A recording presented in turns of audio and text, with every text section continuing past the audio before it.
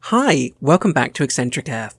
Before we begin this episode, I want to apologise for the show being away for the last couple of weeks. Unfortunately, this was down to issues with both my physical and mental health, and it couldn't be avoided. But we're back now with some great episodes coming your way, with some interesting topics and amazing guests. Plus, keep an eye out for our 1-year anniversary episode in a couple of months' time. That is guaranteed to be something a little bit special. So, without further ado, let's get into episode 37, The Beast of Jersey. It's one small step for man, one giant leap for mankind. I have a dream. One day, this nation will rise up, live out the true meaning of its creed. We hold these truths to be self-evident, that all men are created equal. The world will little note no longer remember what we say, but it can never forget what they did. Ask not what your country can do for you. Ask what you can do for your country.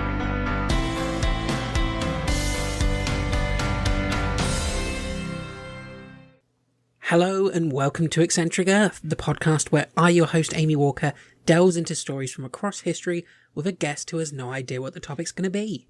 Joining me this week is Han. Hello. Hi, welcome back. Thanks for having me. Oh, always. You know you're always welcome. I know. I feel so loved. You went through the horror that was 9 hours of John McCain. You're always welcome. I've got my Eccentric Earth Veterans badge. Oh yeah, because if the listeners think it's a chore to listen to those episodes, you should have been there to record them. No, I think chore is entirely the wrong word. It was a slog, and it was a lot of information to take in. But I enjoy it. If I didn't enjoy doing it, I love you, Amy, but I'm not going to take time out of my day just to help you. Yeah, if you hadn't have enjoyed it, there would have been a different guest on the last episode. When you finally managed to get away from me, you wouldn't have come back. Yeah, absolutely. Yeah. Although I do have a question to ask you. So is 9 out because again you've given me not a hint, but you've asked me if I'm okay doing something a bit darker. Yes. So is 9 hours of John McCain going to be worse than whatever I've got coming up? It depends. The topic itself probably isn't the darkest I've done. It's unpleasant. It's very horrible. But the thing that makes this one of the worst things ever is actually a visual thing, which you'll get at the appropriate point during the show. The listeners have already seen it because it's the episode image, but it is the scariest picture I've ever seen. Is it? If it's gory? It's not gory. Okay. Yeah, it's not gory. Don't worry. I'm not going. There are a few reasons why I will not click on it when it gets to it. I'm assuming that most of that you wouldn't be allowed to have on Facebook as an image anyway. No, there's nothing wrong with the image from a graphical content point of view. Oh no, I just mean like I would. Anyway, no, it's all right. It's okay. I'm not promising to look at the photo, is what I'm saying. Oh, I think when we get there, you'll want to look at it. Yeah, I probably will, but I don't want to make promises that I can't keep. So I'm saying I'm not promising to look at it right now because I've no idea what you have in store for me.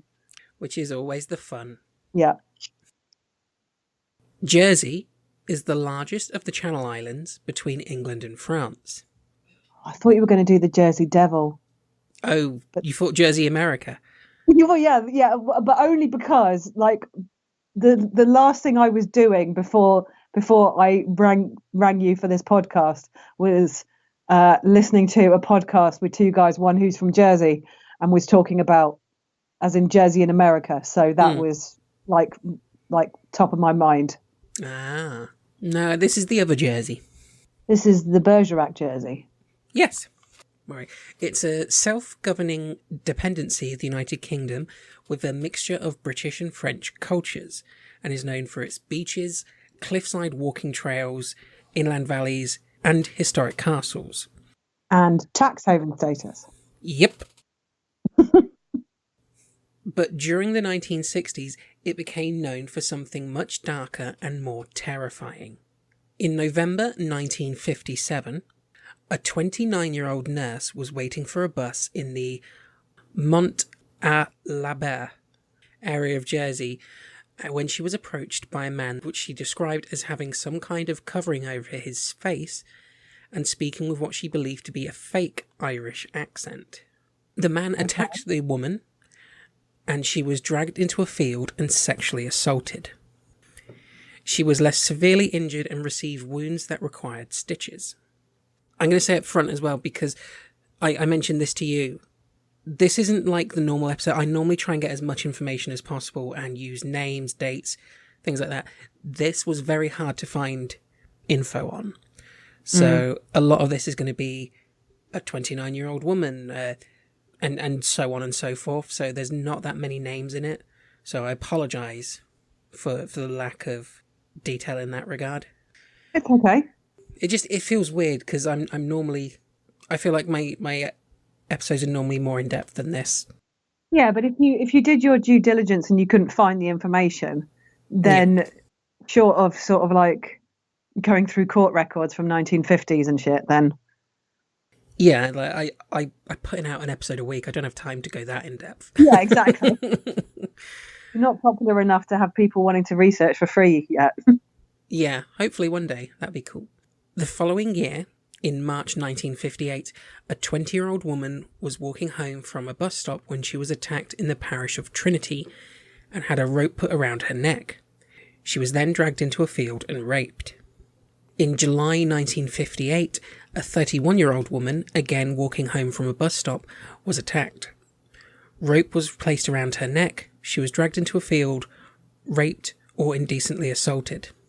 So that's 3 and 3. So that's 3 and 3 years that have very similar. 2 years. That's 57 to 58. Oh, sorry. Yeah, later on in the year. Yeah. Sorry. Yeah. So very similar attacks so far. Mm-hmm. In August 1959, a teenage girl was walking home in the parish of Grouville when she was approached by a man in a large coat who wrapped a rope around her neck and forced her into a field. When the attacker tried to rape her, she fought back and was able to escape. Later that same year in October, a 28-year-old woman was attacked in the parish of St. Martin's. She was dragged into a nearby field and sexually assaulted. After these attacks were reported, island detectives noticed several themes throughout each description of the attacker. Each victim told police that the man was aged around early to mid-40s, was around 5'6" tall, spoke with an Irish accent, but they believed it might have been faked. Some of the victims also described the attacker as wearing a rope or cord around his waist, and he often restrained the victim by tying their hands together. One thing that was common with every description, however, was that the attacker had a very strong, musty odour. Coupled with the pattern of placing a rope around the victim's neck and using the location of a field for the assault, detectives suspected a serial attacker was responsible.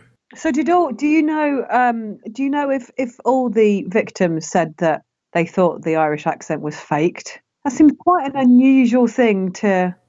It came up several times. Like a really bad Irish accent. Yeah, it's like there are good fake Irish accents I've heard, and some that are like, I think this person's trying to sound Irish kind of accent, and I think he's bordering on the second one. Oh, bigora, bigora, bigora, bigora. Yeah, like that, I imagine. I think for a number of people say, oh, he sounded Irish, but I think it might be fake. You know it's not a good accent. Mm-hmm. There are a couple of things that I would have also drawn tentative conclusions about. Mm-hmm. Musty odour and rope around his waist says homeless to me. Mm-hmm. But anyway. Yeah, no, it's a good conclusion. You know, it's as good a theory as it. Well, there are no theories at the minute, so it's a good starting theory. In 1960, the attacker altered his MO and began committing attacks inside people's homes. Perhaps more frighteningly, he also changed his preference of victims. In the early hours of the 14th of February 1960, a 12-year-old boy was asleep in his home in the region of Grandvaux when he was awoken by a man who had climbed through his bedroom window. The boy said that the man was wearing a large coat, had strange hair, and some kind of mask on his face. The boy had rope placed around his neck and was then led outside and raped. The following month, a 25-year-old woman walking to a bus stop in St. Brelade was offered a lift in a Rover driven by a man claiming to be a doctor on his way to pick up his wife. The woman accepted, and during the journey she said she noticed he was wearing a cap, duffel coat and gloves, but could not make out his features due to the darkness. He drove the car into a field and overpowered the woman, punching her, threatening to kill her, and tying her hands behind her head. She was then dragged out into the field and raped before being placed back into the car and driven away. However, she managed to escape from the vehicle and screamed for help.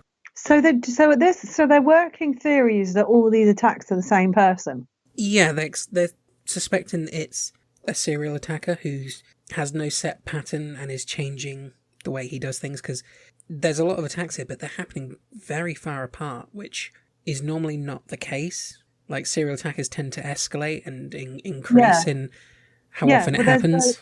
There's a few things as well. I mean, the obvious thing is a prepubescent boy is a very, very different type of victim to a sexually mature woman. Yes, but the description of the attacker does match quite a bit. So I would be interested to know. I don't expect you to know this information, but I would be interested to know how much was sort of reported in the local media, and how much, because they seem to be happening in a geographically small location. So things like the attacker uses rope and ties them up and wears a coat is something that another person might do in an attempt to divert suspicion from themselves. I wouldn't say that I would say that the description of the assaults were different enough that the visual clues weren't enough to say that's the same attacker, especially if that sort of information might have been known to the community. True. It wasn't hugely reported on at the time. Like, yeah, Jersey's a small island, so news does travel, but they try to keep the news reports on it down. It's Jaws. It's the mayor not wanting the news of the shark to get out to scare tourists away. They wanted to keep it quiet because it's not the kind of thing you want anywhere, let alone a very small community like this. So it's possible that people would have been aware. Although that does argue against the fact that there being a serial rapist and a separate child rapist in a small community. Yeah, because I think it's only... I'm just going to double check this now before I say the numbers I'm thinking of. I think it's only about 25 miles across. Okay, it's saying it's 45 square miles. Is there a population count? Population at the minute, according to the 2014 estimate, is 100,000. Well, you've got to think that they were a damn sight less than that in the 1950s. Yeah. Anyway, this is conjecture.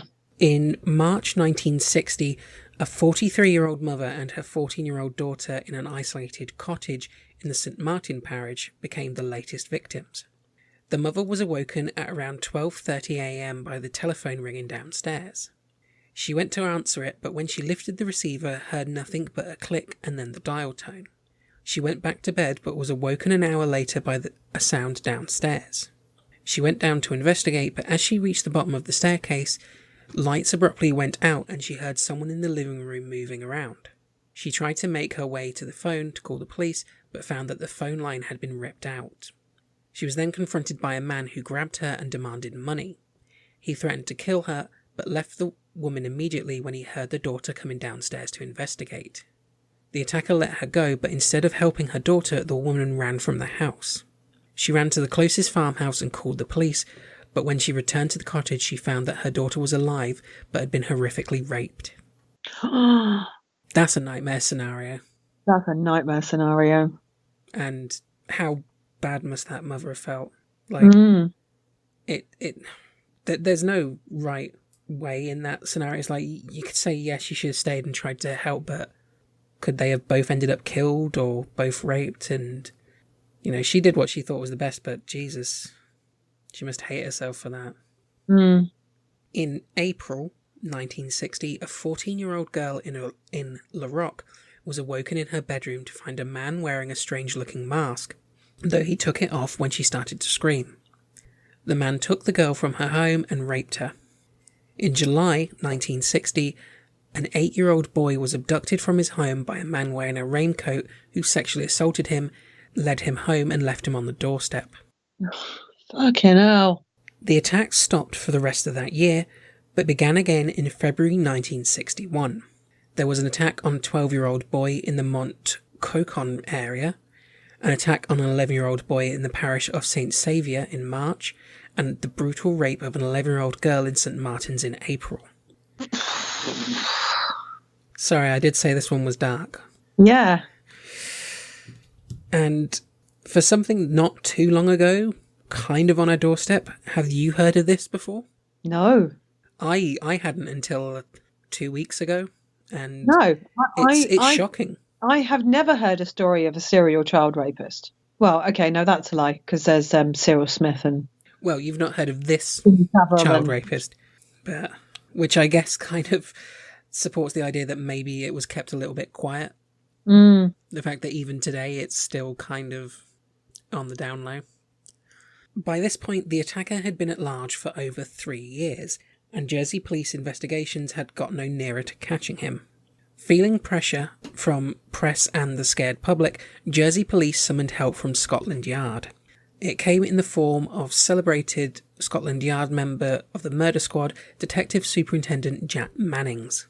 One of Manning's first actions was to appeal to all islanders to turn detective, and the press were issued with a verbal identikit of the attacker. It went as follows. The attacker always struck at night, and up to that point had only struck on moonlit weekends between the hours of 10 p.m. and 3 a.m. He appeared to have an intimate knowledge of the island, particularly the eastern areas. He was described as being 40 to 45 years old, around 5'6" tall, with a moustache and of medium build. He was usually described as wearing a low, thigh-length jacket or raincoat which gave off a distinct musty smell. Sorry. What? Oh, okay. I sneezed and then I thought I'd messed it up, so I said sorry, but I probably just messed it up by saying sorry. I thought you went in shock then at the jacket. It's like... No, that was me sneezing. I was trying to. She's got to breathe in a minute. I could hold it, and then I couldn't hold it anymore. Yeah, so musty smelling jacket, a peaked cap and gloves. His face was always covered either with a face mask or a scarf covering the lower part. He carried a torch with him during the attacks, and his methods followed a distinct pattern. His victims were selected carefully, and the usual method of entry was a bedroom window. Once inside, the man was fast and silent, and usually blindfolded and tied up the victim's hands. In each case, a rope was placed around the victims' necks, and they were then taken to a nearby field and suffered a sexual assault before being returned home. The assailant spoke lots during the attack, with a voice that was described as soft in an Irish accent. He had mentioned at various times a wife, a dead mother who had died of drink, that he had killed before, and often made a point of saying that he dropped either his cigarettes or his lighter. So that was the statement that they gave the press for trying to identify him. Uh-huh. So despite the involvement of the press and Scotland Yard, the attacker was not apprehended. However, there were no more attacks for 2 years. One of the main suspects at this time was a local fisherman named Alphonse Le Gastelios.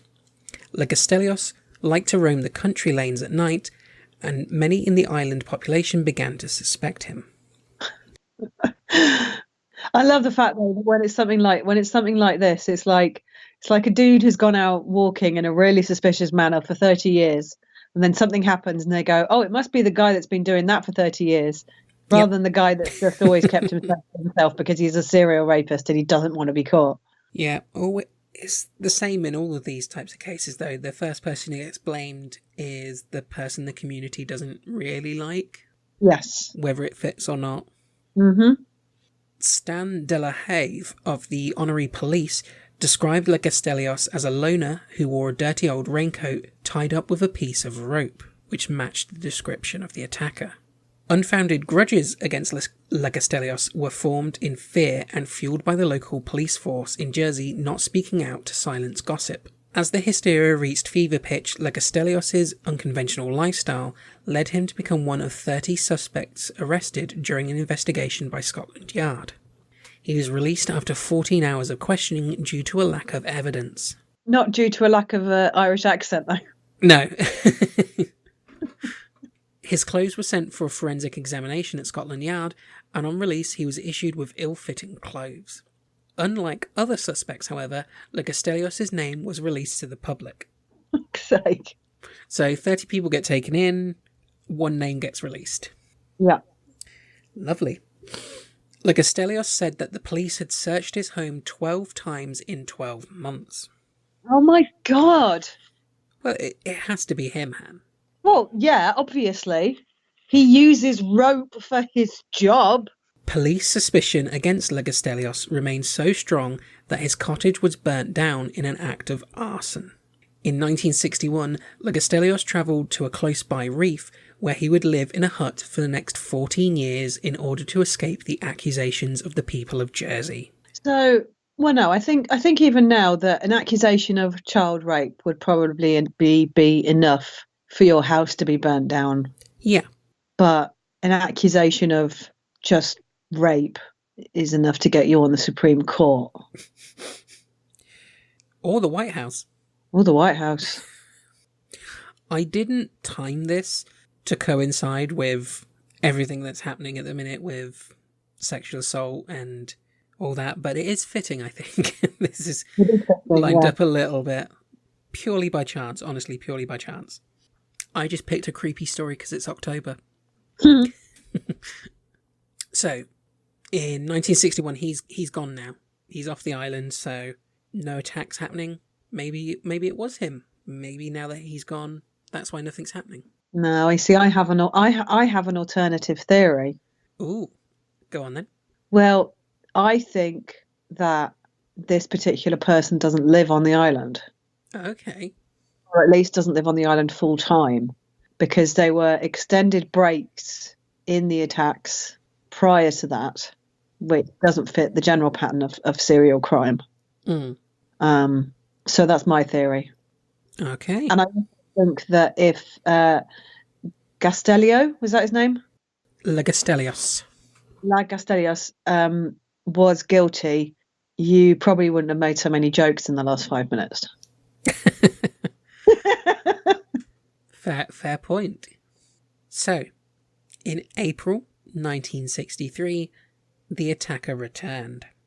He assaulted a 9-year-old boy in the St. Saviour district in a way that was familiar with his MO. Another attack in the St. Saviour district happened in November 1963 against an 11-year-old boy. In July 1964, he attacked a 10-year-old girl in the Trinity parish and attacked a 16-year-old boy in August 1964 in the Grouville parish. Following these attacks, there were no more attacks for 2 years. Yeah, you see, that's nobody. Well, yeah. If you're when you have that need to do something, what is it, pretty much once a month, you don't then just stop for 2 years. You just move somewhere else and do it somewhere else for 2 years. Makes sense. In 1966, Jersey police received a letter from an author claiming to be the attacker, calling himself the Beast of Jersey. It read, "My dear sir, I think that it is just the time to tell you that you were just wasting your time, as every time I've done what I always intended to do, and remember it will not stop at this, but I will be fair to you and give you a chance. I have never had much out of this life, but I intend to get everything I can now. I have always wanted to do the perfect crime. I have done this, but this time let the moon shine very bright in September, because this time I must be perfect. Not one, but two. I am not a maniac by a long shot, but I like to play with you people. You will hear from me before September, and I will give you all the clues. just to see if you can catch me. Yours very sincerely, Wait and See. Ah, so he's a sociopath then. He's definitely some form of nutter. Yeah, this is all feeding into ego from the sounds of it. Yeah, this is all ego. This is somebody who has been doing this and is now fucked off that nobody knows it's him. Which is always strange that, if you get caught, you can't keep doing it, but they want credit at the same time. Oh, yeah, the whole sort of like fame serial killer, that sort of whole triangle of ego. Yeah, it's a weird thing. Well, it's partly wanting the fame.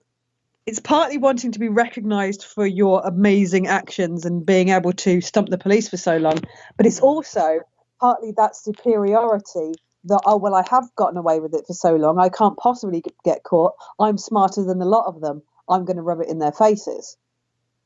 But you got to remember that back in 50s, 60s, they didn't have, anywhere near. I mean, how the fuck did you solve crime in the 50s with no forensics? I mean, I know that forensics aren't the be all and end all, but when you have, but they help. Yeah, but when you have something like a young child being taken from their home and then raped and brought back, and there's no witnesses except the child, then not having anything else to go on, and that's all they've ever had to go on is eyewitness testimony. Mm-hmm. Yeah, it's solely the witnesses. Yeah, which is a very, very difficult way to actually. But the other reason why I think that it can't possibly be someone who lives on the island is because, considering how they treated Lagostelios, Mm-hmm. If somebody fitted that description who lived on the island, he would have been targeted. Yeah, no, they'd definitely be looking for anyone who fits this, and yeah, they'd go after them. Mm-hmm. So, following the letter, in August 1966, a 15-year-old girl in Trinity Parish was attacked as the letter had promised. The attack mirrored the previous ones. The method and description was of signature of the beast, but this time there was a new detail to the attack. Strange long scratches, regularly spaced and always parallel, were found on the victim's torso. And I'm assuming the victim didn't know what made them. No, she didn't say what caused the scratches. Okay. It happened during the attack, but yeah, she wasn't able to identify what it was. So the scratches are a new detail, but still a mystery at this point. Well, leaping to conclusions, Handbrain. He's trying to improve. He's trying to build upon the beast narrative by making it look like animal claws. Mm-hmm. Anyway, no, that makes sense. That's kind of what I thought when I heard that part of the story. Mm-hmm. So, a year later, no, 4 years later, in August 1970. So he didn't attack 2 in September then, like he said he was going to? Nope, the one in August, and then he disappeared for 4 years. Okay. So, August 1970, a 13-year-old boy was awakened in his home in the Val d'Avaux district by a torch shining in his face. The beast made the boy get out of bed and took him to a field at the rear of the house. He then placed his raincoat on the ground, made the boy remove his pajamas, and sexually assaulted him. The boy was returned home and raised the alarm the following morning at 8 a.m. He'd been threatened by the assailant to remain quiet, quoting, "Because if you don't, someone will harm your mother and father." Despite the boy being very distressed, he offered a description of what had happened to the police. He described his attacker as having black spiking hair and a terrifying mask. The boy also had the same scratches on his face and body as found on the victim in 1966. New theory. Okay. Jimmy Savile. It's Jimmy Savile. You think this is Jimmy Savile? I think if this was Jimmy Savile, we might have heard of this. Sorry. But it could be someone who worked for the BBC. It's probably not. Well, that makes it sound like, okay, did you just give away something fairly major then? No, I'm just talking shit. I'm not going to give away anything major. Or am I? I don't know. Maybe I do. You don't. I'll know if you slipped up at the end. That is true. But after 36 of these episodes, I think I'm getting pretty good at not slipping up and giving away details. I'd like to think. All right. Seem a bit cocky to me, but all right. So the majority of the island was interviewed, nearly 30,000 people. Okay, so that Okay. gives an indication as to the difference in population size. But there were no leads. That's more people than I thought they were. Yeah, but still 30,000. It's a lot of suspects. Because at this point, it could be anyone. Yeah. And you got to think that 30,000 is probably 30,000 majority men. They probably didn't interview every woman or every child. So, I don't know. But then it could be asking people other things. I don't know. Maybe. Yeah, I don't know Jersey's population at this point. It could be asking people to, could you just say this phrase in an Irish accent for me, please? Yeah. Oh, very good, very good. 9 out of 10. Yeah, no, he's not a suspect. His accent's too good. So, on the 10th of July, 1971, Jersey police officers John Risenborough and Tom McGinn were working their night shift on patrol duties focused around the St. Helier area. At 11:45 p.m, they began to pull up at some traffic lights when a small Morris 1100 saloon car sped past them at high speed. The car jumped the red light and began driving in an erratic manner.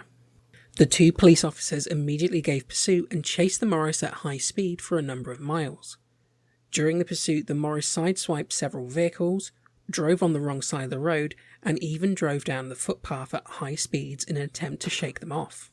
Finally, the car crashed through a hedge and came to a stop in the middle of a tomato field. Yeah, it isn't a story of many laughs, but that's a good moment. Well, also, I like the fact that you found it very, very difficult to find concrete information about, a lot of the victims' names and all that kind of stuff, but you knew that it was a tomato field. Oh, yeah, this part was very, very well It was documented. very detailed, very well documented. But then again, how many high-speed chases do they have on Jersey? And then how many of them end up in a tomato field? So, quite noteworthy. Okay, you're expecting me to pull stats right out of my arse at this point, Amy. For one, I would need to know the predominant agriculture of Jersey. I mean, if the predominant export of Jersey is tomatoes, then any high-speed chases have a statistically more likely to end up in a tomato field. Fair point. Yeah, I'm logically again. I thought they just made cows. You thought they just made cows? What, in the cow factory? Yeah. That's where they keep all the mummy cows. I'm not entirely sure. I don't know this for sure, but I don't know whether Jersey cows are named after the island. I don't, but let's just assume, and people can write in if we're completely wrong. No, I'm googling it. Oh. I'm not gonna pass by an opportunity to rub it in your face if you're wrong about something. How long have you known me? No, originally bred in Jersey. Okay, there we go. Haha, yes. No, I didn't say it wasn't. I said I'm not sure it is. Yeah, but you tried to catch me out. Oh, actually. Oh, the Jersey of one of 3 Channel Island cattle breeds, the others being Alderney, now extinct, and the Guernsey. So there is a Guernsey cow as well. Mm-hmm. Yeah, I had heard of that breed. I never made the connection that, that would be from an island as well, wouldn't it? So, back to the high-speed tomato chase. So, the 2 police officers who wrote off their own patrol car as a result of the pursuit gave chase to the fleeing driver on foot and managed to catch him after one of the officers got him in a low rugby tackle. Oh, I didn't throw tomatoes at him.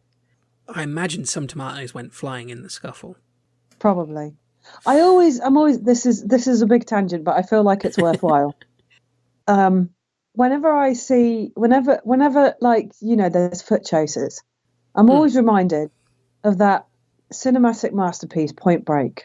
Now, there's a chase sequence in Point Break where a young and rather studly Keanu Reeves is chasing an older but still fairly studly Patrick Swayze through a residential neighbourhood. And so it's, it's over fences and it's through gardens. And at one point, the bad guy, Patrick Swayze, runs into a house. Now, I would have thought, and I really wish, because Mythbusters did an entire episode on Point Break, on myths, Point Break myths, and they didn't tackle this one. And this is the only one I wanted them to tackle, is that in a foot race, is it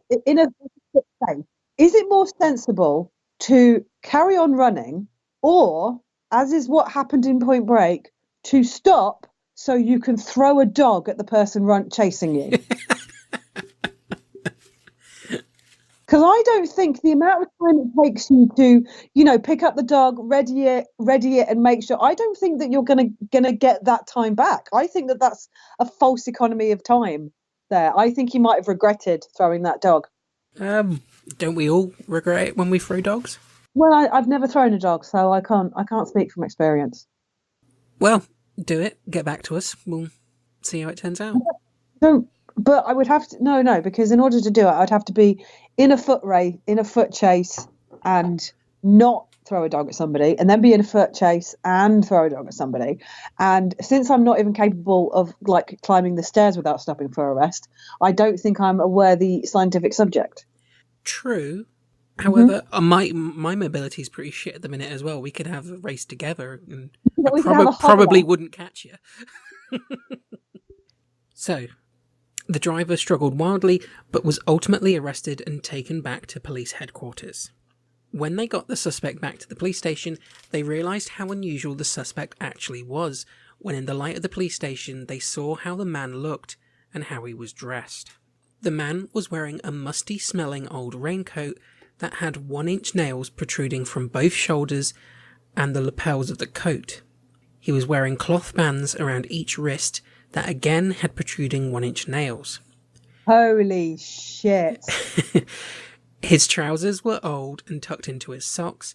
He also wore carpet slippers and woolen gloves. When the suspect emptied the pockets of the coat, it got even stranger. He was carrying a torch with black tape covering the front to provide only a narrow shaft of light, 2 lengths of sash cord, a peaked woolen cap, several empty cigarette packets, rolls of adhesive tape, and a black wig with stiff spiky hair. With mounting suspicion that they had found the Beast of Jersey, the suspicion became overwhelming when they removed the final item from the raincoat, a homemade mask. Now, this is the point where... Yes, this is where I send you a picture. Okay, I'm going to look at the picture. I knew you would. I knew you would. Okay, so this is what they pulled out of his pocket. I'm going to send you a picture of one and then another. Bear in mind, this is A, what the police found, and B, what these children woke up in the middle of the night and saw. Oh my God! Yeah, nightmare fuel. Ah, that looks like Johnny Depp with a terrible hangover. And here's the full body. Oh man! Yeah. That's some up shit right there. See, this is where after looking at this, I'm like, you know what? Michael Myers isn't that scary, because A, he looks better, and B, he's fictional. This was real. Yeah. This is horrifying. And again, for the listener's reference, this is the episode image. So check that out, or just type Beast of Jersey into Google image search. Wow, it's horrible. Like the nails protruding from the wrists is to make sure to make sure that they don't get soft tissue under their nails and stuff, so that if it's to make sure he doesn't have any marks on him. It's actually a very, very, what he has actually come up with is a very, very good way to oh, there's another one. Oh God. These poor kids and grown-ups who were attacked by him. Although I believe in the original attacks, he wasn't wearing the mask as much, but to go through that is horrific enough, but for that to be the image that's burnt into your head as well. Yeah. So I know that I said it sounds like 2 different people. I think perhaps his original victims were him just ironing out the kinks of his plan and his MO. sort of figuring out the techniques and methods. Yeah, and also sort of going, well, okay, if I can subdue a grown-up woman who's fighting, then I can subdue a child. Mm-hmm. So yeah, I would. Oh, what? That looks like it's been run over by a truck. Yeah. There is no good angle they can get a picture of that without it being horrifying. No, I mean, it would actually. I know it would actually look less horrifying off a person, if you see what I mean, because you've got like the mannequin eyes poking through on that bottom one, Yeah. which really doesn't help with the creepiness. I'm not saying that it wouldn't, because with live eyes behind it, that would be even more fucked up. Because I don't think is the first picture. I think the first picture is a real person, isn't it? Yeah, I'm not too sure, but it does look like the eyes look too good for it to be a mannequin. And I think there's a bit of detail in the ear. The hand. Oh no, hang on. That hand does look like a mannequin. So now I zoom into it. Yeah, I think all the other ones are mannequins, but I think the first one is an actual person. Oh no, so yeah, no. I think the very, very first picture is a person because you can see the delineation, but all the others are mannequins. Yeah. So, looks like they've got their guy. Yeah, evidence looks pretty good that it might be him. Yeah. So, the suspect was identified as Edward John Lewis Pinel, a native Jerseyman who came from an affluent family. He was 46 years old and a building contractor well known throughout the island. He was married with a daughter and 2 stepchildren.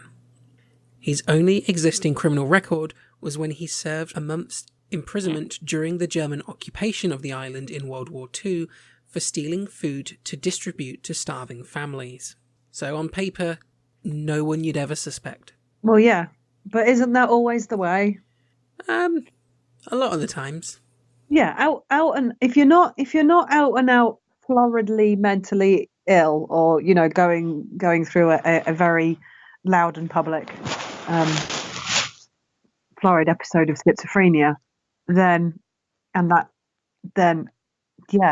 generally most people who have the urge to commit heinous acts and have the intelligence to not get caught doing it, to actually plan through what they quote unquote need to do, they also understand the importance of keeping up those appearances through day to day, because that's gonna make suspicion fall away from you. If you're remotely intelligent and want to be somebody who commits serial crimes, then be a pillar of the community.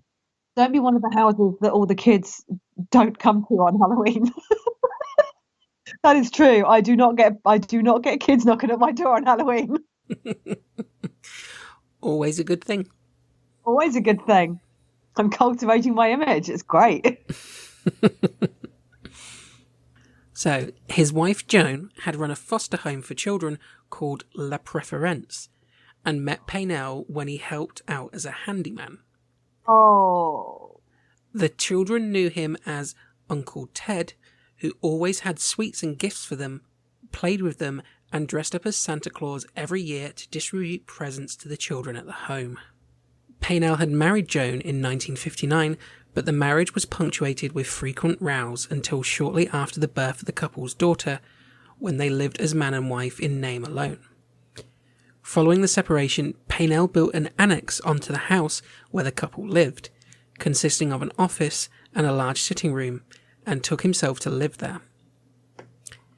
So he's basically built a new wing on the house as his own flat. He was considered overall as a kind and considerate man who was always good with children, but one who had never let go of the roaming spirit that he had since childhood, keeping irregular hours and often going out fishing or for walks at night. Was there any suspicion or investigation done with the kids in the foster home? Not before this. No, I don't mean before this. I mean, did they at least join those dots and think we should make sure that he hasn't been abusing kids in his care for years, and that's why there's been so many breaks? things do go into that in a bit. Yay. Sexually, his wife considered him to be normal and, if anything, to have a very low sex drive. Although at the time of his arrest, Pinel had at least one mistress. So, when the police questioned him about his clothing and the objects he was carrying and asked him to explain his actions on the night he was arrested, Pinel said that he had been on his way to an orgy and had borrowed the car to get there to avoid anyone seeing him and identifying him on the way. He said that the nails in the clothing were a defense against anyone using martial arts to attack him. Right. Mm-hmm. Okay. Because if you're on your way to an orgy and you're not driving someone else's car and wearing a weird disguise, people will instantly know you're on your way to an orgy. Yes. True. And I assume there's a big presence of martial arts on Jersey? Especially at orgies. Yeah. It's just sex and martial arts everywhere. Sex and martial arts everywhere, yeah. I'm really disappointed.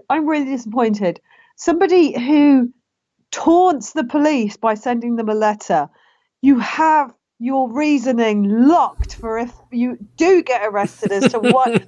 That's obviously an on-the-fly excuse. Yeah, I don't think he thought he was going to get caught. Sloppy. That's sloppy. You have that excuse locked in just in case. So he refused to say anything about the mask and wig, but it was noticed that he had adhesive tape marks on his face that matched tape inside the mask, meaning he had clearly worn it at some point that evening. He was locked up for the night and police set out to search his home, by now quietly convinced that they had the Beast of Jersey under arrest. When police searched Pinel's home, they found a secret room that he had built into the back of his bedroom. Upon opening it, it immediately struck police that it smelled musty. Oh, no. Inside the room hung several items of old clothing, including a blue tracksuit and an old fawn raincoat, homemade wigs and hats, and false eyebrows.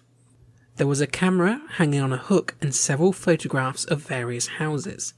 Police discovered through their investigation that many of the photos included the houses that the Beast had previously targeted, but taken months or even years before the attacks. Wow. It turned out Pinel would spend months selecting his targets and watching their movements before he performed his assaults. Which is not unusual for serial attackers to plan out, but months or years ahead, that's terrifying. Yeah.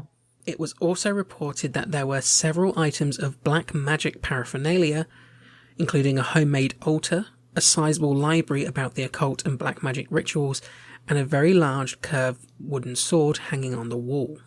With the evidence found both on Pinel and in his home, the police charged him on 13 counts, including rape, indecent assault, and sodomy against 6 victims, with all but one being a minor. His trial, on November 1971, revealed an obsession with black magic and with one of the most evil men in history, Giles de Rais. Giles de Rais? I'm trying to figure out how to pronounce that now. Is it Gilles? Yes. Gilly, I think. Or Gilles. Gilles de Rais. I'm going to look how it's pronounced. Okay, so Gilles de Rais, apparently. Okay, so Pinel claimed to be a descendant of him. Now, Gilles de Rais was a knight and lord from Brittany who fought in the French army and was a companion in arms to Joan of Arc. However, he was also a confessed serial killer of children. So, a really fucked up guy. Yeah. So Pinel thinks that he's a descendant, not an reincarnation. No, a descendant of him. It was speculated that the crimes of Pinel were in some way an attempt to emulate the actions of Gilles de Rais himself and only stopped short of murder. Pinel had never explained what motivated him to go out and commit the attacks. When questioned about anything, he gave an evasive and babbling answer and descended into talk of curses, covens, and hints at black magic involvement. He would often also point blank refuse to answer any questions or told police to prove it. His defence team were unable to pursue the insanity defence due to the revelation of how long he planned out his attacks. He photographed houses that had been earmarked as targets to attack children, sometimes years in advance. This explained how he knew exactly which rooms to go to and how not to disturb the occupants, and also how to access and egress the properties. Pinel then kept these photographs as trophies of his crimes. He affected an Irish accent whilst committing attacks, dropped cigarette packets, and gave random misleading details about himself to his victims. In reality, these were all red herrings to lead police away from his trail. He was a native of Jersey, a non-smoker. He was proud of his crimes and boastful, having wrote letters to the police, which was confirmed to be in his handwriting by Pinel's wife. So the letter he sent to the police in the 60s was confirmed to be his as well. Mm-hmm. The mask was designed not only to disguise him, but to inflict terror in his victims, which, having now seen it, is understandable. Yeah. Because, you know, a young kid's not going to be scared enough being abducted. No. The nails in the raincoat were placed in such positions to injure someone trying to grab him. They were designed to help him get away if possibly interrupted. It also emerged that Pinel had been one of just 13 men on the island who had refused to give any fingerprints during the search for the beast, as was the right of any Jersey resident at the time. I feel like I need to put a slight caveat. Mm-hmm. Because obviously I pointed out that the nails were there so that he couldn't get attacked back. Yeah. I'm not a serial killer. I'm not a criminal. I just have the mind of one, okay? But it makes a lot of sense. If you're attacking someone and someone comes up and grabs you, they're going to grab either your hand, like your wrist, or your shoulder. That's the first place they're probably going to grab. So put your nails there. It makes a lot of sense.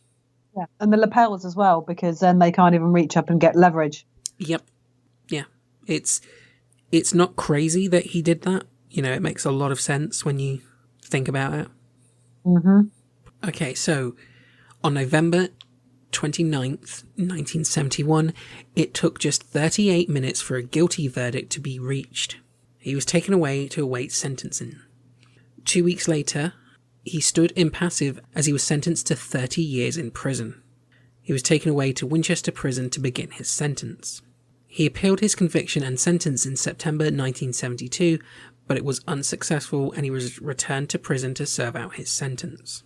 Despite having only been sentenced to 30 years, he was released from prison 20 years later in 1991 for being a model prisoner. That's what happens. Yeah. See, I do understand that prison isn't about locking people up. It's about rehabilitating. No. And Prison should be about rehabilitation. It is totally not anymore. yeah. Because it doesn't have the resources to do that. So it is just about punishment now. But it should be. And in some cases, it's possible. Yes, absolutely. But someone as calculating as this, who performed these kind of crimes, you can't turn around and it's like, he was a model prisoner. It's like, well, yeah, on the outside, he was a model person, except for the child rape. So, of course, he's not going to do that in prison. It's like, it shouldn't fit for him. Yeah, I think he should have at least served the 30 years. You know, he shouldn't have been let out early. So, guess what he did after he was released? It's not reoffend. Don't worry, it's not reoffend. Is it get a job as a teacher? No, it's not as crazy as that, but it is a little bit mad. He went back to Jersey. Wow. Yeah, ballsy. Yeah. I mean, it has been 20 years, so... Yeah, so, you know, it's just his victims have all grown up now, so, you know, it would have been forgotten, surely.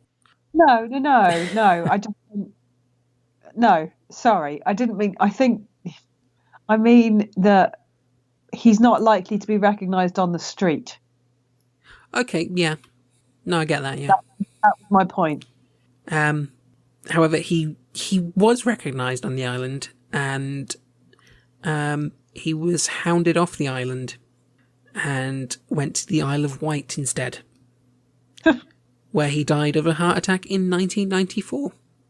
Oh, well, there you go then. Yeah. He would have died in prison. Should have died in prison. Yeah. Now, since his death, there have been reports that Pinel was involved in child abuse concerned with the notorious Hort de la Gran children's home. Now, you might remember some of this because this was during the mid-90s, about 96 to 98.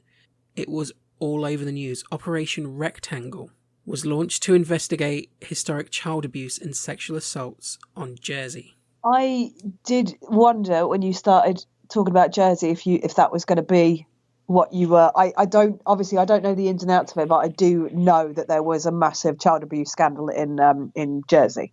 Yeah, it was huge. There's still, you can go and find, I watched in preparation to this, there's like panoramas on YouTube about it, and so it was all over the media. Oh yeah. So papers that were released during the independent Jersey Care Inquiry revealed Pinel to be a regular visitor at the Hort de la Gran and had previously heard evidence that he prowled the halls and rooms of the La Preference Children's Home, which was run by his mother-in-law and Joan during the 1960s, in his terrifying mask. Oh, what? Yep. Nobody thought that's a bit fucked up. Well, the staff didn't know. It was the kids who saw it. Oh, okay. Right. Sorry. Yeah.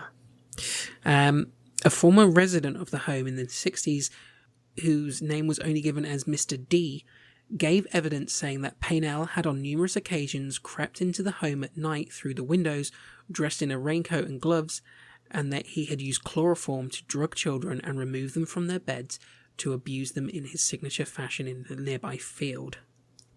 He said, "One night I was asleep and felt a presence in there, and it was Pinel stood staring at me. He had some kind of mask on. The Pinel's house was so eerie. We were there doing the outer building. You would see cats running up, and you would actually see him strangling cats. I just wouldn't stay there any longer. I always sensed that Pinel was evil. You just sensed that something pure evil was going on in that place." Despite allegations made against Pinel in relation to the abuse at Hort de la Gran, he was not included in the initial inquiry. There was no firm evidence to hand the investigation that Pinel was responsible for any abuse that falls within the parameters of the investigation. Pinel is now long dead, but the memory of the terror of the Beast of Jersey will never be forgotten. Not by police who searched for him for more than a decade, and not by long-term residents of the island, and certainly not by his victims. No. So that's the Beast of Jersey. Holy shit. Another one of those things I can't believe I hadn't heard of, purely because it's so recent, so horrible, and in the UK. Yeah. I have that first picture. I've seen that picture before. Probably. It's the kind of thing that comes up every now and again on the internet. Yeah. Purely because of how terrifying it is, I think. Yes. Well, if people enjoyed this episode, where can they find you online? You can find me on Facebook. Not a lot of hardly any original content on Facebook, but occasional original content on Facebook. But good shared unoriginal content. Good unoriginal content. I like to think so. I like to pick and choose what I share. Don't like to bombard people with stuffs. Going to be starting. Well, we've recorded one episode, but the recording didn't come out very well. So once we finish here, I'm going to ask you for advice. Going to be starting a podcast with a friend of mine. You have other podcasting friends? This is not allowed. Well, she's not technically a podcasting friend yet. I don't think she can officially be a podcasting friend until we put out a podcast, right? It's just like there and recording doesn't actually count for anything. I still don't like it. I know, but unfortunately, the whole premise of the podcast is us getting stoned and talking about. We're gonna think up like 100 odd really really random weird questions, and then we're just gonna get high and then like discuss the random questions. Cool. And the name of our podcast, which is a joke that started out in D&D, but we've decided since Kat fell so in love with it and then went and bought the domain name that our podcast is going to be called Ham Circle. Okay. So we've decided to call our podcast. We were going to call it Two Stoned Girls, but now we decided to call it Ham Circle. So yeah, look out for Ham Circle, available on all podcast providers in probably about 6-8 months when I get around to editing it. Well, when it comes out, I will definitely promote it. So keep your eyes open, listeners. Thank you. I knew that there was a reason why I stayed friends with you. It was to tailcoat off your fame. Yep. Well, if the listeners enjoyed this episode, we're online. We have a Facebook at www.facebook.com/Eccentric Earth, and our Twitter and Instagram is at eccentric_earth. We're on all major podcast providers and YouTube, so make sure you follow and subscribe so you don't miss any episodes. And if you want to get in contact for any reason, for questions, queries, comments, or even suggestions for future episodes, our email address is eccentricearth@outlook.com. Thank you for coming on this episode, and I'm sure we'll have you on again in the future. Yeah, thanks for having me, Amy. And I'll come back anytime. Cool. Well, thank you everyone for listening. We'll see you next week.